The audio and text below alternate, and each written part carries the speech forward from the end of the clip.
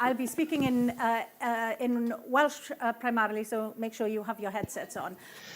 As I said, thank you very much to Helen Mary Jones for agreeing to chair this session, and to the Morgan Academy for inviting us here to launch this series of public meetings dealing with the consultation on the future of our Assembly. I can't think of a better location than here at this Academy named after Rhodri Morgan, the First Minister of the National Assembly for 10 years, to be staging this meeting on the future of our National Assembly. And it is true to say that the National Assembly, which was established in 1999, hello David Rees.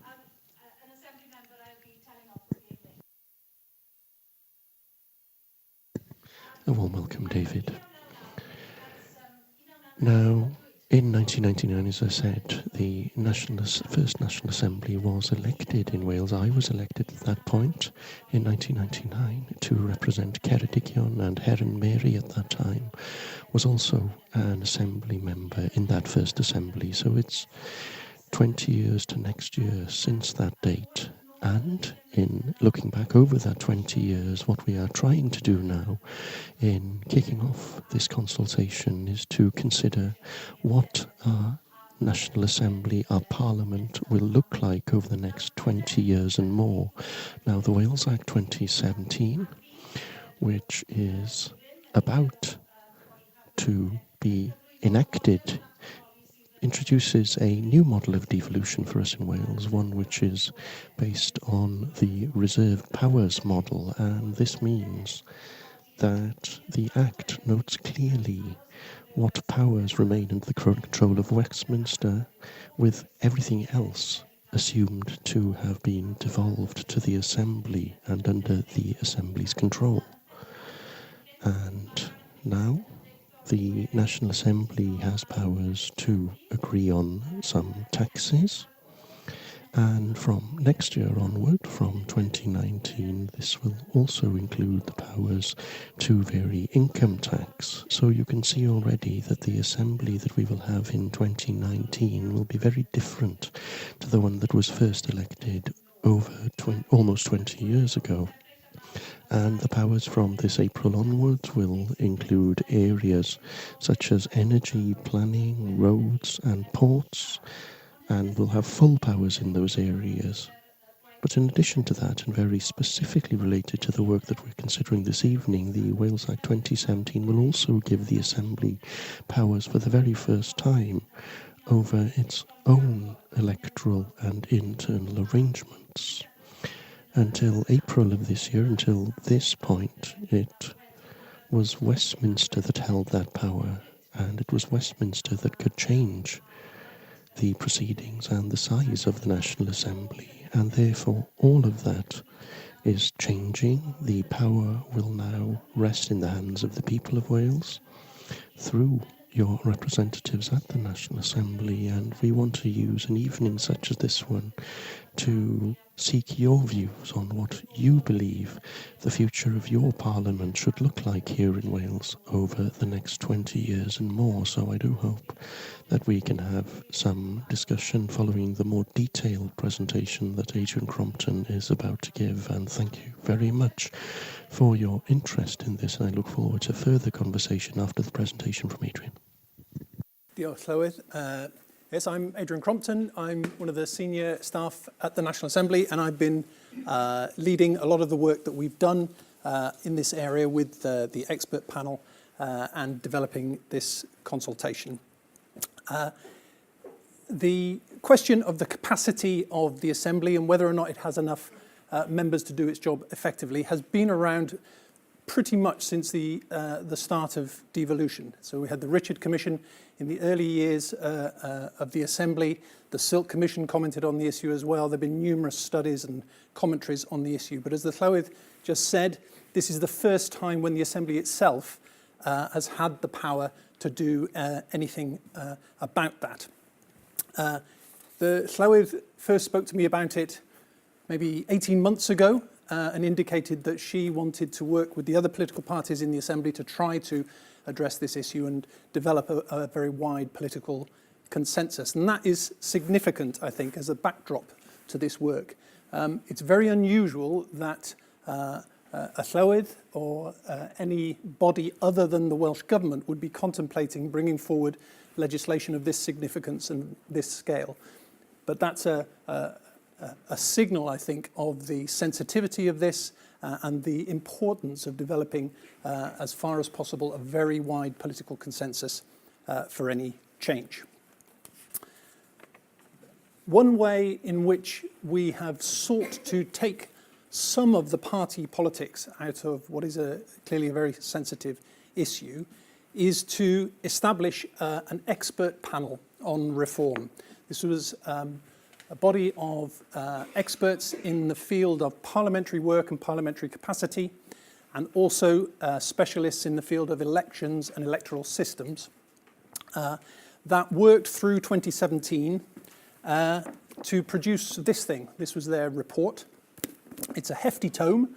I won't be reading it all out, but I will be going through some of the detail, and I will try to hopefully pitch it at the right sort of level so that I don't bore you with the detail, but give you enough to inform your thinking. But this was the brief that was given to the panel. There were three core questions that they were asked to consider. Firstly, what should be the size of the Assembly? How many Assembly members does it need in order to operate effectively as a Parliament? And flowing from that, how, if we were to have a larger Assembly, should those members be elected?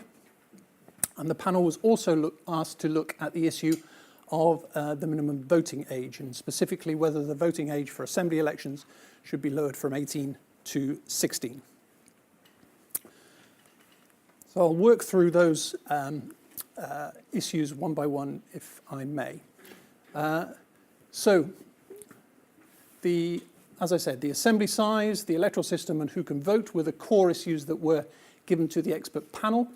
The consultation document that you have before us and the legislation that we will bring forward, hopefully later in the year, will cover a few other issues as well that are related to the same sphere. So specifically some issues of electoral law, disqualifications, that's what criteria should disqualify any of us from standing for election, and also a few issues related to the internal operation of the Assembly. So not quite as sensitive, but important nonetheless, and I'll just give you a little bit of detail on those.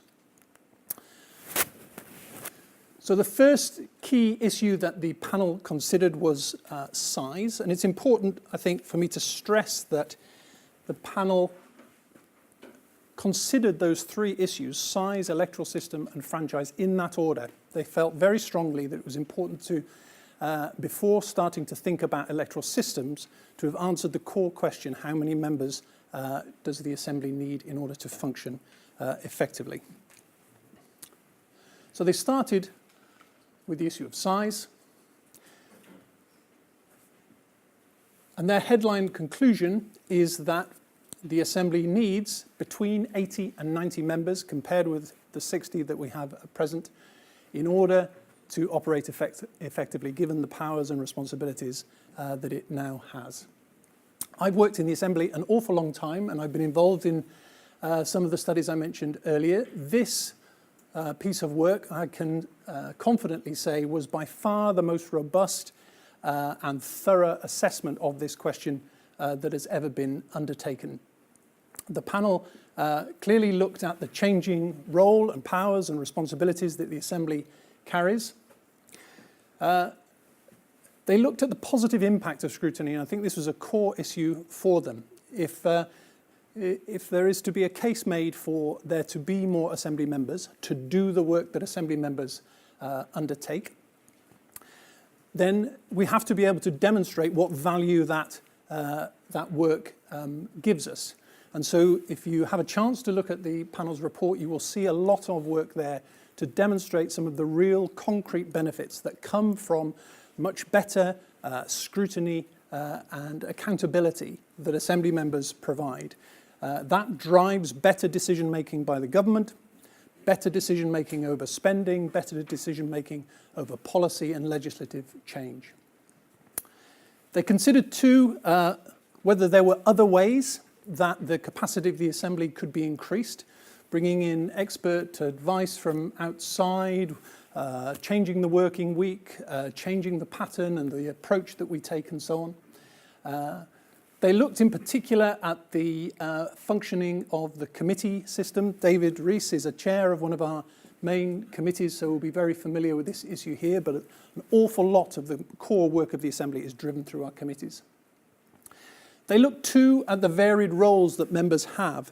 So this is not simply an issue that members are rather busy when they're in Cardiff Bay working on committees and in plenary. Members have many different roles. Many of them hold important offices like committee chairs and the Llywydd and so on. They clearly have duties to their constituents, take on casework locally, campaign for particular issues. They have duties and responsibilities to their parties and so on. So the panel looked at the whole gamut of the roles that members undertake. And they also looked in some detail at how the size of the Assembly compares with parliaments elsewhere in the UK and further afield.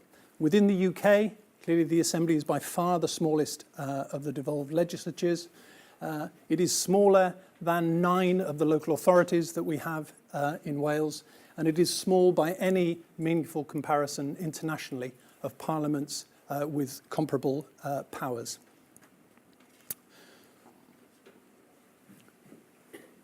So, this is an important slide because if there were to be more members, it would cost more money. And you'll see that the estimated annual costs each year for an additional 20 members, so remember the panel's recommendation was that it need to be between 80 and 90 members compared with the 60 at present. An annual cost that would be 6.5 million higher than it is at present, and 9.5 million more for an additional 30 members.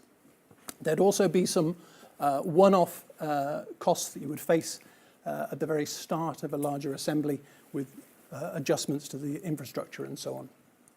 So in total, the estimated cost in the first year is something like 12 to 13 million for an assembly of 90.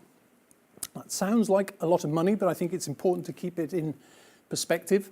The Welsh Government and the Assembly is responsible for the control of about £15 billion of public expenditure each year.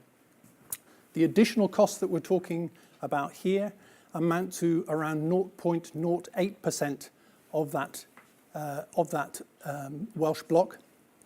And as I said, it's important too to remember the positive, very real benefits that better scrutiny and better accountability can bring.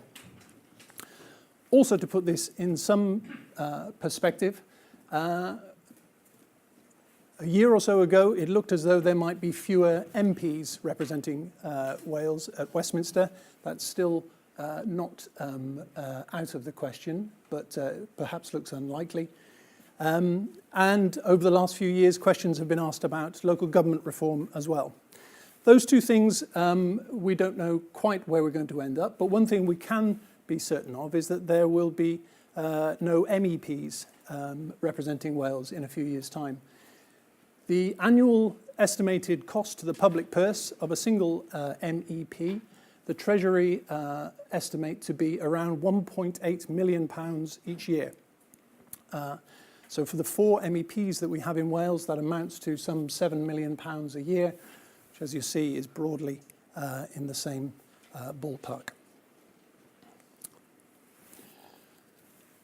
Having addressed the question of size, the panel moved on to the electoral system that ought to be used to elect a larger assembly. They looked at just about every electoral system that there is operating in the world. As I said at the start, these were some of the best experts in this field that you will find anywhere in the UK and in Ireland.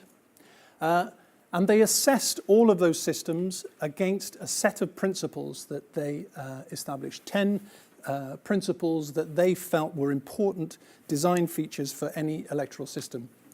issues such as proportionality. They felt that it was important, if we were to change the electoral system, that the Assembly would be certainly no less proportionate than it is at present, and preferably slightly more proportionate. Issues such as voter choice. They felt it important that we identify systems that put power and choice into the hands of voters, that there is a direct accountability between elected members and voters, and so on. So they assessed electoral systems against their criteria and narrowed the field down to 3 that they felt adequately met those different criteria. And these are they. And I'll run through each of those in a little detail now. This is a busy slide, but I'll try to run through it for you. Mixed member proportional system. That's another way of describing the system that we use to elect Assembly members today. So in today's Assembly, we have 40 members who are elected on a constituency basis, first past the post, and then 20 other members who are elected through regional list-based systems. So this would be a tweak to the current system. And so it has a strength in its familiarity to voters in Wales. A feature that the panel felt was important for any electoral system was that we look at ways to encourage and enshrine diversity in candidates and the elected Assembly, and in particular in relation to gender. So the Assembly has a very proud record in terms of gender balance, but the panel recommended to the Assembly that we look for ways to build that into the legislative system, that we hardwire that diversity of candidates into the system. And the mixed member proportional system that we have at the moment, because it has a list-based element, gives us a vehicle to do that. It has some limitations. However, we have 2 different categories of members, constituency members and list members, and that is the panel considered was a weakness. And it also, because we only have 40 constituencies to work with, kind of limits us to an Assembly of 80. It would be very unusual, in fact it would be unique to have a system that follows this model that would have more list members than constituency members. So that constrains us to an Assembly of 80. The second system, this one is the panel's preferred model, the one that they recommend most strongly to the Assembly to consider, Single Transferable Vote System, or STV. STV is used elsewhere in the UK for some elections. It's used in Scotland for local elections. It's used in Northern Ireland. It's used in Southern Ireland, and in many states and provinces in Australia and elsewhere in the world. For a voter in an STV system, we would go into a voting booth, and rather than simply place a tick or a cross against a named candidate, we would be asked to rank them in order of preference. So if you want, you could just choose your favourite member and put a number 1 against them, and that would be fine. That would count as a valid vote. But you could also express a preference for a number of Assembly members. So you'd rank them 1, 2, 3, 4, 5. And the advantage of this system is that it results in a much more proportionate outcome, and it means that votes count. So if I vote for the member that attracts the highest number of supporters at the first stage, that candidate will be elected. But then the surplus votes that that member has attracted will be, we'd look at the second preference for the second preferences that the people who had supported that candidate had expressed, and those votes would then be distributed across the other candidates. Similarly, for candidates right at the bottom who hadn't attracted a large level of support, their second and third preference votes would also be distributed across the other candidates. And so working through those different iterations, we would continue until you had returned the desired number of members for your constituency. So as I say, it gives a very proportionate outcome. It means that votes count equally no matter who you vote for, and gives a very direct line of accountability between individual assembly members who are elected and the voters who support them. The third system that the panel put forward we describe as a flexible list proportional system. So this is a little different in that the political parties in each constituency would put forward a list of their candidates in an order that they had decided.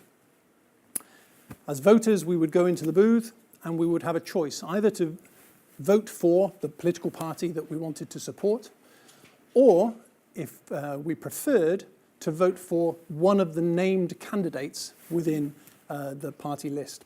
So if I wanted to vote for Plaid Cymru, I could do that. But if I wanted to vote for Elin Jones, who was, for some unaccountable reason, not the top candidate for Plaid Cymru in Ceredigion, I could choose to do that. And if individual candidates attracted above a particular a defined quota, they would be elevated up the list. So the system looks to balance the party control and influence that comes with a list-based system where the party decides which members it wants to put forward, and voter control. We as voters would have some influence over the election of named individuals from the candidates. One of the great attractions for the expert panel in this system is that more so than STV, it would enable the Assembly to hardwire some rules around diversity into the system. So it could, for instance, require the list of candidates to be ordered male-female or female-male all the way down, so that we get some balance in that way. This is not a familiar system to us in the UK, but this system, or versions of this system, are used right across Europe. It's probably the single most common electoral system that is used anywhere in Europe.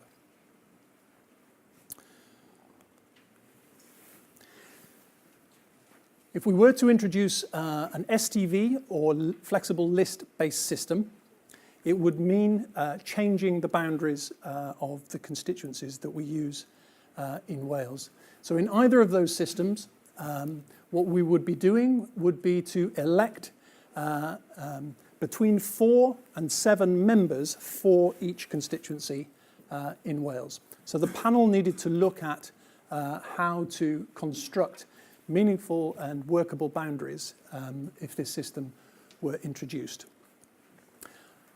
And what they wanted to do was to work from existing lines on maps, existing constituencies or areas that we have to work with at present. So they came up with 2 options for the Assembly to consider. This was their preferred option. As I said earlier, there are 40 constituencies for the Assembly at present. The panel have suggested a way in which those constituencies can be paired up to give us 20 new constituency areas. And as I said, with an STV or list-based system, from each of those 20 constituencies, we would return 4 or 5 Assembly members. This is an alternative that the panel have put forward as a workable option. This map is based on local authority areas that we have at present. So by combining some of the smallest local authorities, and by splitting Cardiff, because it's by far the largest, into 2, the panel has suggested 17 new areas. So from those 17 new constituencies, STV or a list-based system would return between 4 and 7 members for each of those areas, depending on their population size. The third issue that the panel had to consider was the minimum voting age. And in a nutshell, the panel have recommended that the minimum voting age should be lowered to 16. One of the issues with arguments around the voting age is that is not a huge amount of hard evidence on which to go. There aren't many countries in the world that have altered the voting age in that way, or have altered it in that way sufficiently far in the past for us to have seen yet what effect that has long term. What the panel were convinced about, however, is that lowering the voting age to 16 could give a meaningful platform to help increase political participation and awareness amongst the young people of Wales. In part, that is because of the situation in which people at age 16 find themselves. By and large, they are likely still to be within the family home. By and large, they are likely to be in full-time education in one form or another. And so they are situationally in an environment in which registration is more likely to take place and in which they can be sensibly exposed to the political process. The panel recommended very strongly to the Assembly, if it wants to take this forward, that this should be accompanied by a serious programme of political and citizenship education for young people in particular. Relevant to this is the fact that the Welsh Government, separately to this exercise, have just consulted on whether or not to lower the voting age to 16 for local elections. And they've signalled that they intend to do that. Which leads on to this next slide. There are a few other issues that are covered within the consultation document, as I said at the start, that are outside the work of the expert panel, but are still relevant to this field. In particular, question of whether all legal residents in Wales should be able to vote or not. So, present, obviously, citizens of the EU who are resident in Wales would be eligible to vote, and that will alter after Brexit. So that, you will see, is one of the issues on which we are seeking your views. Second point is whether certain categories of prisoners should be eligible to vote in Assembly elections. As I said just now, the Assembly government, the Welsh Government, is considering bringing forward some changes to the local government franchise, and in limited ways, that's one of the changes that they are looking to bring forward. And that at a UK level, similar changes are being contemplated. So that's another issue on which we're consulting. And fundamentally, the issue here is about whether the franchise for Assembly elections should mirror exactly the franchise for local government elections. Disqualifications, these are the rules, as I said, about who can stand to be an Assembly member. And so that you will see in the consultation some questions there about some specific changes to those rules.